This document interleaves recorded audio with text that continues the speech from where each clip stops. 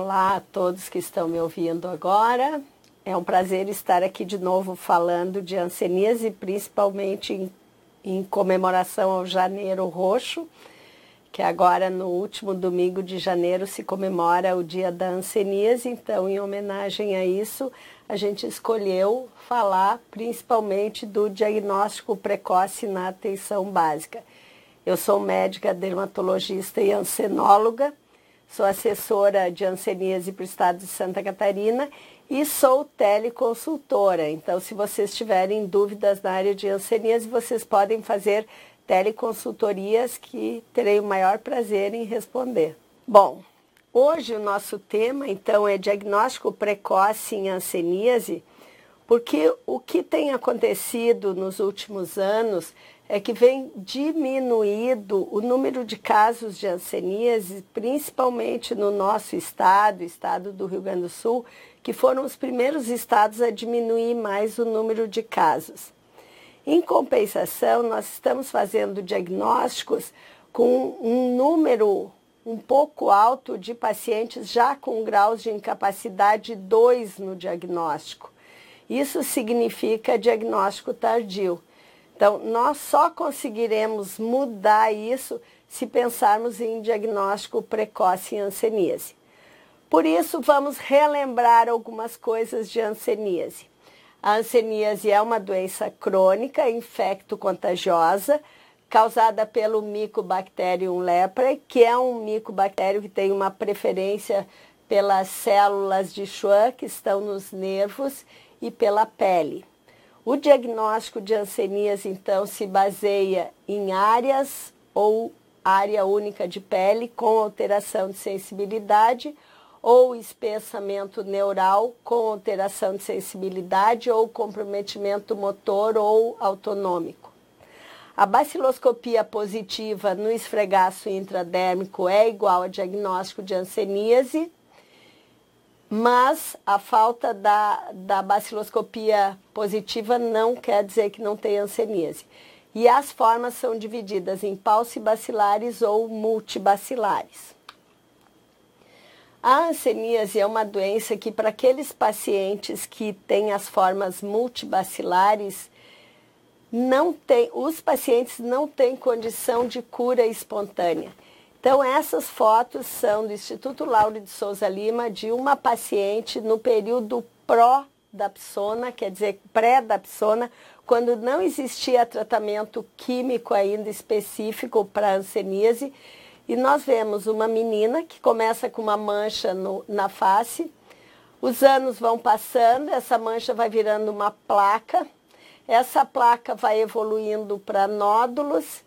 Então, nós vemos na última foto muitos nódulos na face, então uma forma vichoviana, para nos lembrar que nós só, enquanto profissionais de saúde, podemos interferir para esses pacientes que têm a doença nas formas multibacilares.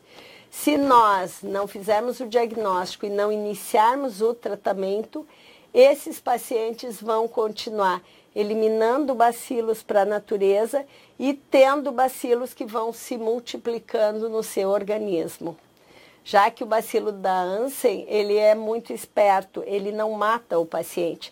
Ele mantém o paciente, ele é um parasita intracelular que mantém o paciente vivo e vai se multiplicando e cada vez aumenta mais a carga bacilar. Então, se não pensarmos em diagnóstico precoce, se não intervirmos no curso natural da doença, nós vamos ter pacientes que vão continuar a vida inteira eliminando bacilos e produzindo bacilos no seu organismo. Todo caso de hanseníase é aquela pessoa que apresenta sinais de atividade clínica da doença e necessita o tratamento específico. Então, reforçando lesão ou lesões com alteração de sensibilidade, espessamento de um ou mais nervo e baciloscopia positiva. Mas, mesmo baciloscopia negativa, não afasta diagnóstico de hanseníase. O diagnóstico precoce, então, serve para evitar a transmissão, já que eu entrando com o medicamento, eu corto a cadeia epidemiológica. Na hora que o meu paciente multibacilar toma a primeira dose supervisionada do medicamento, ele já não transmite mais a doença. Eu evito o diagnóstico com sequelas, já que, infelizmente, se o diagnóstico for realizado tardio, um paciente que já entra no meu serviço com um grau 2 de incapacidade, por exemplo, ele é um paciente que eu posso eliminar o bacilo do seu organismo e a doença, mas eu vou curá-lo com sequelas. Então, para evitar sequelas, só o diagnóstico precoce. E eu tenho que pensar em evitar pioras mesmo pós alta cura. Porque aqueles pacientes que fizerem surtos reacionais, fizerem neurites, mesmo depois de terem a alta cura, eles podem continuar tendo essas neurites e podem continuar piorando suas sequelas. A profilaxia em hanseníase, então, se baseia de novo no diagnóstico precoce. E para pensar em diagnóstico precoce, eu tenho que eventualmente pensar em busca ativa, que é aquela situação onde eu tiver que buscar o paciente ou através de uma campanha que eu faça, uma campanha de televisão ou de rádio naquele local, ou só uma busca passiva, é aquela que o setor de saúde espera que os pacientes cheguem para buscar o serviço. De qualquer maneira, nesses dois casos de busca, seja ativa ou seja passiva, eu tenho que ter um serviço de saúde preparado para fazer o diagnóstico. Então, é importante que cada local, que cada gerente, que cada equipe de saúde pense na sua realidade e pense se seria necessário ou possível uma busca ativa, quem sabe, para diminuir os números de casos, principalmente já de grau de incapacidade 2. Ou, eventualmente, naqueles locais que eu tiver pessoas com menos de 15 anos diagnosticadas. Se eu tiver menor de 15 anos diagnosticado, também justifica fazer uma investigação maior dessa população. Na hora que eu fiz o diagnóstico, eu tenho que começar a tratar com a poliquimioterapia esses pacientes e eu tenho que tratar reações ansênicas. As reações que levam às incapacidades, as reações que levam às neurites e às sequelas, têm que ser diagnosticadas e tratadas corretamente. O exame de contatos é essencial. Esses contatos podem ser tanto os intradomiciliares quanto os contatos sociais. Depois que eu examinar esses contatos e eu definir que eles não têm sinais nem suspeita de hanseníase, aplicar a vacina BCG. Lembrando um pouco, então, a patogenia da hanseníase. O bacilo é eliminado para a natureza pelas vias aéreas superiores dos pacientes multibacilares sem tratamento. Ele penetra na população exposta a esses bacilos através das vias aéreas também. Se não houver já nesse primeiro contato nas vias aéreas eliminação dos bacilos, eles vão penetrar a via linfática, vão para os linfonodos. Nos linfonodos, ou eles podem não desenvolver a doença, combater o bacilo, ou ficarem como bacilos latentes por muitos anos em linfonodos, ou se o indivíduo não conseguir combater nessa fase de linfonodo, eles vão para a circulação geral e na circulação vão surgir depois os primeiros sintomas, ou na pele ou nos nervos periféricos. Se não houver diagnóstico e tratamento nessa fase, para esses pacientes multibacilares, vai haver uma disseminação para os outros órgãos internos. Então, eu já posso ter a doença sistêmica com comprometimento de outros órgãos. Como é feito o diagnóstico de hanseníase? Diagnóstico clínico. Então, o diagnóstico vai se basear na anamnese, na história clínica do paciente e epidemiológica, se esse paciente for um contato ou em alguma época da vida conviveu com alguém que tinha hanseníase.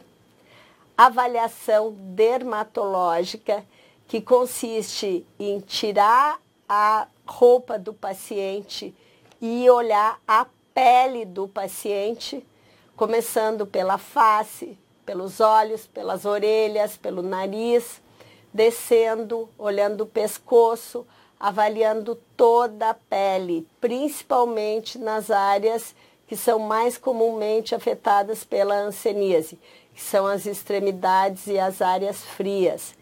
Então, é importantíssimo sempre examinar a pele, examinar as mamas da paciente, examinar nádegas, que são áreas frias também, cotovelos, mãos, joelhos, pés, enfim, as extremidades, as áreas frias, as áreas mais frequentemente acometidas pela hanseníase. Não esquecer os olhos e o teste de sensibilidade de córnea. E a avaliação neurológica.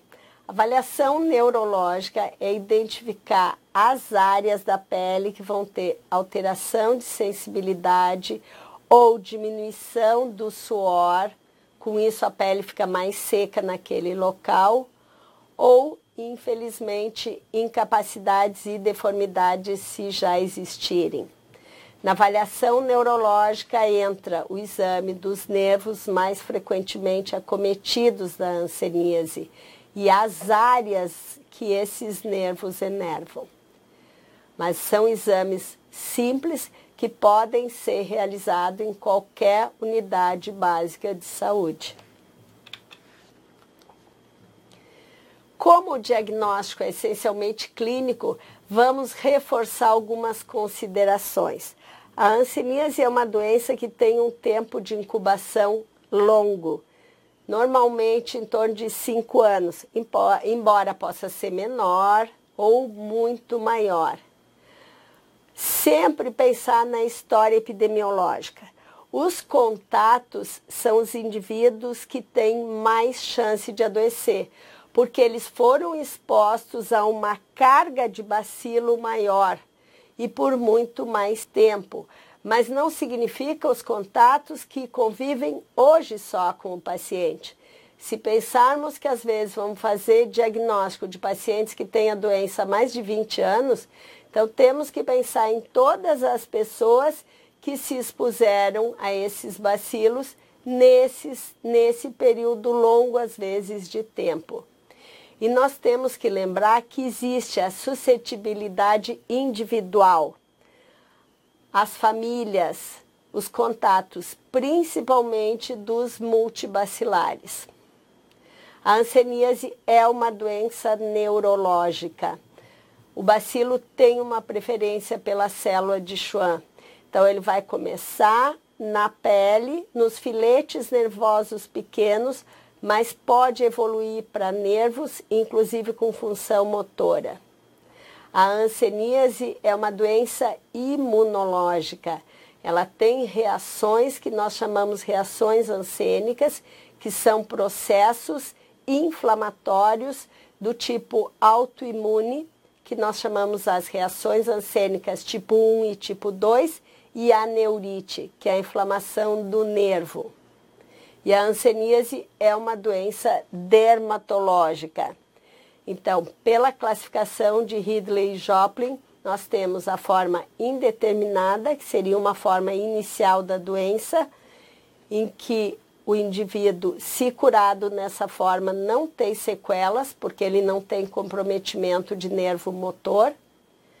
Ou a forma tuberculoide, que é a outra forma paucibacilar, mas daí já com comprometimento de tronco nervoso.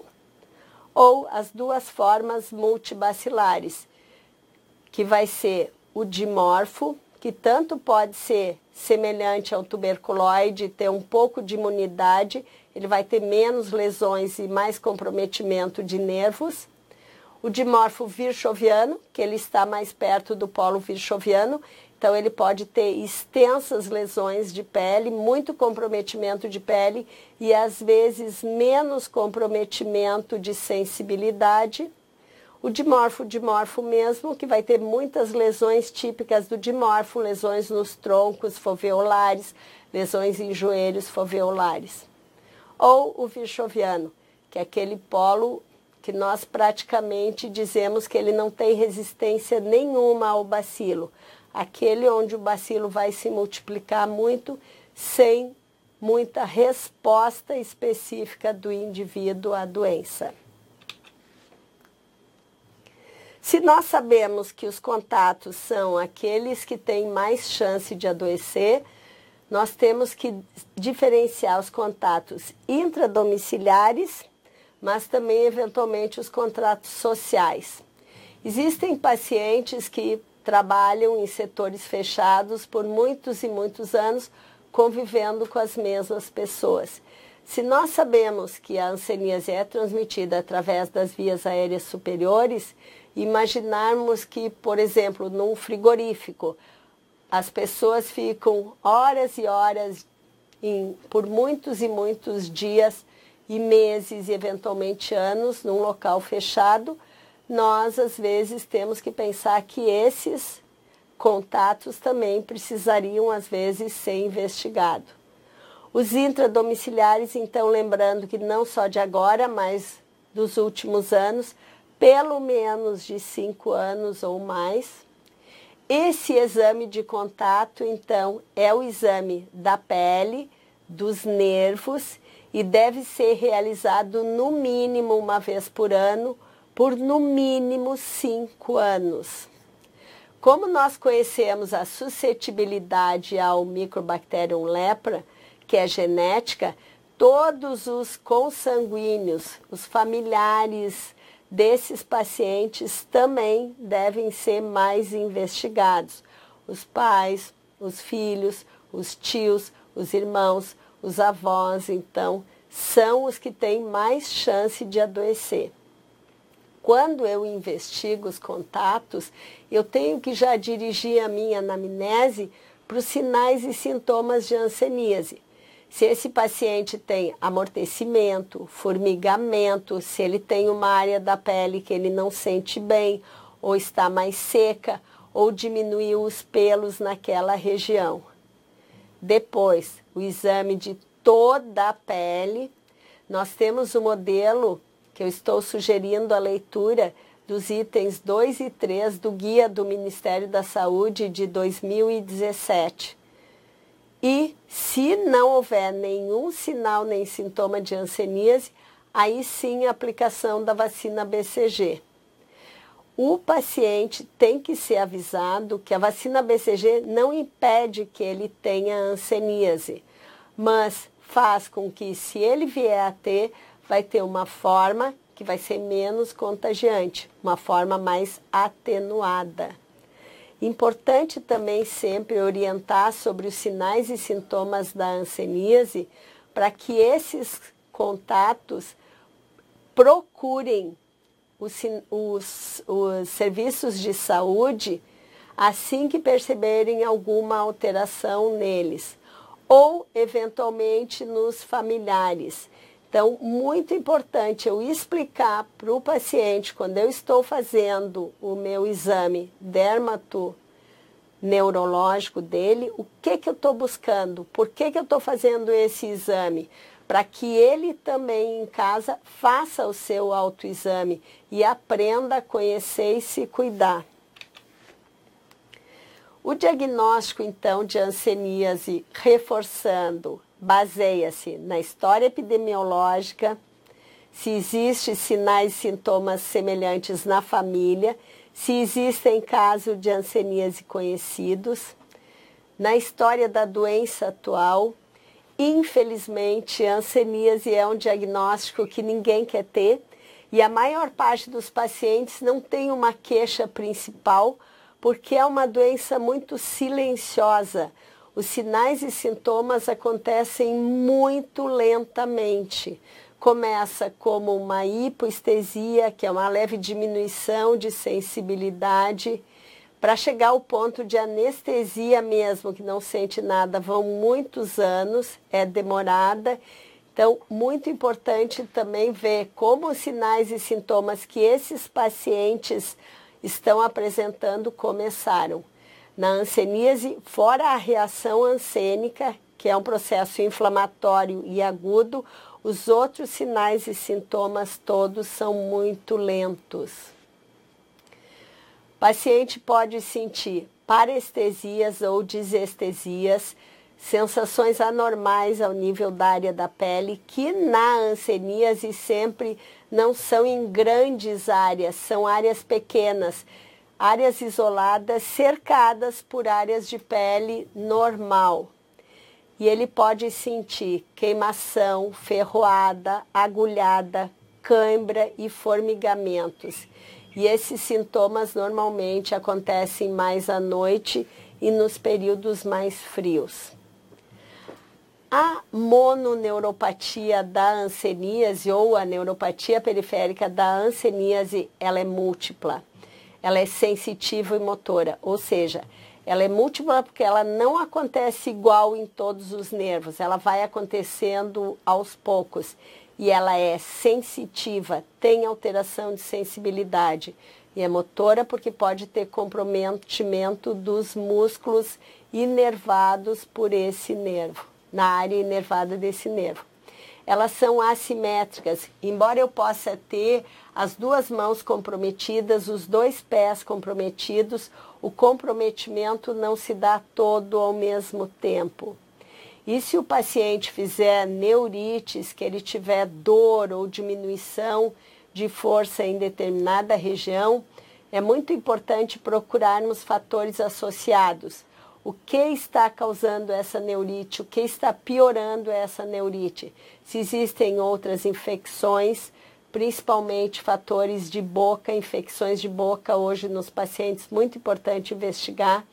Se existe algo emocional, se esse paciente está vivendo estresse e as dores, porque muitas vezes essas neurites estão muito associadas com dor. Dor, apesar que antigamente nós falávamos que a hanseníase não dói, hoje a dor da hanseníase exige muitos tratamentos. As fibras, então, nervosas que são comprometidas na hanseníase são as periféricas sempre e mais sensitivas. Então, tato e pressão, que são mielinizadas espessas, a da temperatura, que são mielinizadas, mas mais finas, e a C, da dor, que são desmielinizadas. Todas podem ser comprometidas na hanseníase. O nosso material para avaliação dermatológica e neurológica é bem simples. Ou a gente usa o estesiômetro ou os microfilamentos, os monofilamentos, desculpe, ou nós usamos testes mais simples, o tubo de ensaio, a agulha de insulina, o fio dental, enfim, simples e fácil o diagnóstico. Nós sabemos que a lesão do nervo periférico em hanseníase, ela é sensitiva, ela é do sistema nervoso autônomo e ela é motor. Então, com isso, eu posso ter diminuição ou perda da sudorese em alguma área, diminuição ou perda da força muscular, além da alteração de sensibilidade. Os principais nervos acometidos na hanseníase, então, na face, o facial, o trigêmeo, no pescoço, auricular, no membro superior, ulnar, mediano e radial, no membro inferior, o fibular comum e o tibial. Sempre o teste de sensibilidade vai ser minha grande arma de diagnóstico de hanseníase. A sensibilidade térmica, normalmente na hanseníase, é a primeira a ser perdida, depois a dolorosa e a tátil. Então, o teste de sensibilidade térmica, ele é muito fácil de ser feito. Eu posso usar os tubos de ensaio, um com uma água morna e um com uma água fria. Sempre importante o paciente sentir a diferença, ou o que nós temos mais nas unidades básicas, um algodão embebido em álcool e um outro algodão seco. desde que o paciente perceba a diferença do frio ou do quente ou do morno. Eu começo testando numa área que ele sinta bem, eu explico muito bem o que ele vai fazer e por que é importante o teste, porque o paciente tem que estar cooperando para fazer esse teste. Depois, o segundo, a dolorosa, eu posso usar ou uma agulha de insulina estéril, ou eu posso usar um alfinete qualquer que tem uma ponta, desde que sinta, que tem uma ponta que vai sentir mais o ai, e a outra que é diferente, que é mais o tátil, que é o cabo. E eu vou investigar áreas, não esquecer que a hanseníase são áreas pequenas alteradas de sensibilidade, eu não tenho uma área grande. São pequenas ilhotas de alteração seguidas ou rodeadas por uma pele normal, sem alterações. Por último, a sensibilidade tátil, que eu pego uma pequena ponta de algodão ou qualquer instrumento fino, ou monofilamento também do estesiômetro, ou fio dental, e eu peço para o paciente depois encostar no local onde eu encostei com o instrumento. O teste de sensibilidade de córnea, sempre realizado com fio dental. Esse é um teste do exame de contatos, um paciente então de 15 anos, que é o exame da pele, ele não tinha alteração de sensibilidade, mas quando nós testamos, uma das córneas, ele tinha uma área de diminuição de sensibilidade que permitiu bater a foto antes dele piscar. Então, esse foi um diagnóstico que nós diremos bem precoce, foi do exame de contatos. O monofilamento é importante para mim fazer um mapeamento sempre da área comprometida. Sempre é importante testarmos as mãos e os pés na hora do diagnóstico e também fazer o teste nos meus contatos para ver se o meu contato não tem alguma alteração, porque como a hanseníase são áreas pequenas, então muitas vezes eu tenho uma pequena área que tem uma alteração. O monofilamento ele é por cores e cada cor tem um peso específico, então eu vou marcar a cor que o meu paciente sentiu quando eu toquei.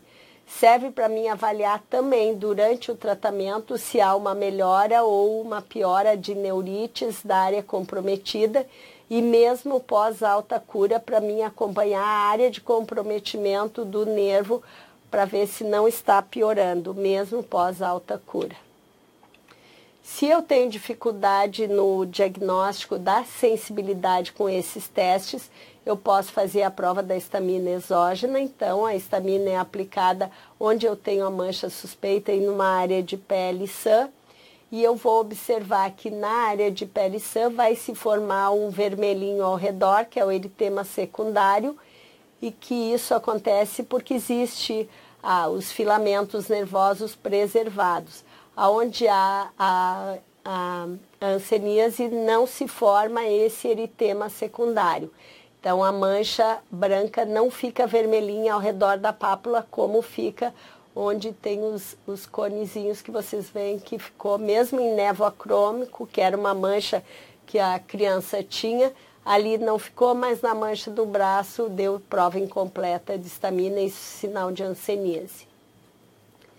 A hanseníase indeterminada, relembrando então as formas clínicas, são manchas brancas, lisas, mal delimitadas. Normalmente essa forma eu vou achar quando eu estou examinando contatos mais, porque como ela não tem muito sintoma, ela não dá muitos sintomas, normalmente nós não vamos buscar isso nos pacientes normais, mas todo exame de contato eu tenho que buscar alterações de pele com alterações de sensibilidade, mesmo pequenas manchas como esse caso.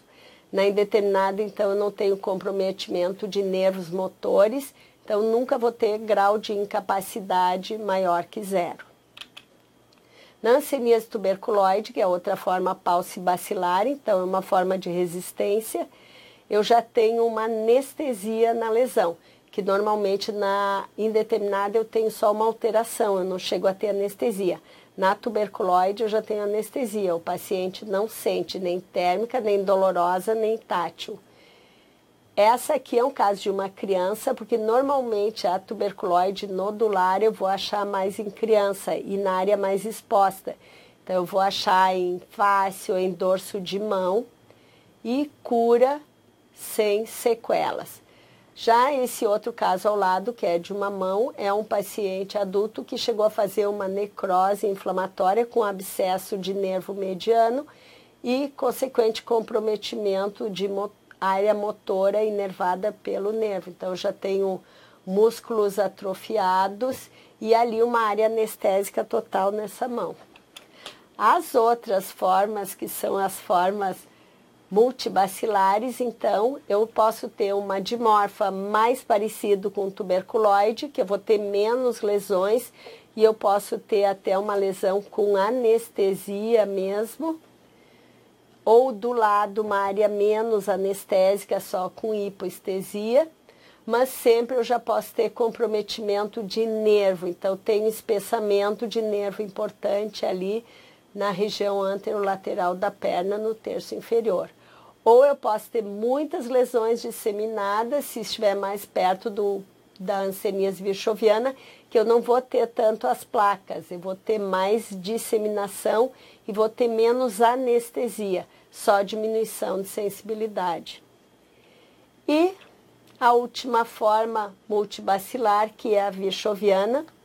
Aqui eu trouxe um caso para mostrar, um exame de contato, uma criança de 12 anos, mas que já na observação ela tinha um desenvolvimento abaixo do padrão, ela aparentava ter uns 8 anos, e ao exame ela já tem nódulos, já é uma forma virchoviana avançada, ela tem nódulos na orelha, se você vê, ela tem espessamento de nervo auricular no pescoço, ela tem nódulos nas mãos, ela é uma forma virchoviana já de muitos anos. Então, quando eu acho um paciente assim, tão jovem, com uma forma tão avançada, eu sei que esse paciente foi exposto a muitos bacilos. Ele conviveu numa região onde havia muitos bacilos. Precocemente ele recebeu uma carga bacilar muito alta e devido a isso ele desenvolveu já tão jovem muitas lesões. Esse é um caso então que mostra que nesses locais nós teríamos que fazer mais investigação. Nós temos que fazer mais busca ativa, nós temos que buscar. A mãe dele foi diagnosticada e em seguida uma irmã também foi diagnosticada. Mas veja que nesses casos, mesmo um paciente jovem, com uma forma bem polarizada da doença, multibacilífera, eliminando bacilos. Ou eu posso ter casos também de pacientes de mais idade. Então, eu vejo que às vezes no paciente mais idoso, mais difícil o diagnóstico. Eu tenho esse paciente que é o antebraço, que ele tem um braço que é bem seco, xerodérmico, que é comum no paciente idoso exposto ao sol, mas que é também pela hanseníase. Ele tem diminuição dos pelos do antebraço também, que poderia ser pela idade também, mas tem esses nódulos, essas lesões que são sólidas, que são hansenomas, que são muito ricas em bacilos. Então, hanseníase dá na terceira idade também. Esse caso ao lado, que é o tronco cheio de bacilo, é também uma hanseníase virchoviana. É interessante que esse foi um exame de contato. Então, veio uma paciente que tinha uma úlcera no pé e o marido estava acompanhando. Eu perguntei se ele já tinha sido examinado, ele disse que não tinha nada de hanseníase. Ele não precisava ser examinado porque ele não tinha nada de hanseníase. Quando eu pedi para ele tirar a camisa, o tronco era assim, cheio dessas lesões. Quando eu perguntei a ele e à esposa há quanto tempo ele tinha essas lesões, eles nem sabiam dizer, eles não tinham percebido. Porque como tudo na hanseníase acontece muito lentamente, então nem sempre esses pacientes virchovianos vão ter algum sintoma agudo que leve a procurar o serviço de saúde. E se nós perguntarmos só para eles se eles sentem alguma coisa, a resposta vai ser, como nesse caso, não tenho nada. Então, é uma forma virchoviana avançada de muitos anos de evolução. Provavelmente a esposa que tinha úlcera na perna tinha adquirido depois dele. Então, é importante sempre eu examinar todos os contatos dos casos novos. Sempre, todos.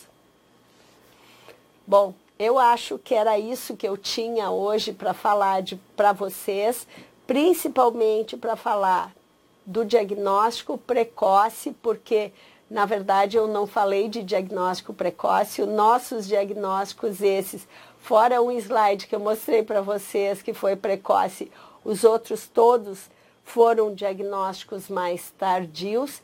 Então, se a atenção básica não estiver voltada para os sinais e sintomas de hanseníase, se nós não pensarmos que pelo menos os contatos nós temos que examinar por no mínimo 5 anos, nós não vamos conseguir resolver o problema da hanseníase no Brasil. O pessoal de Canelinha já tem dúvidas, né?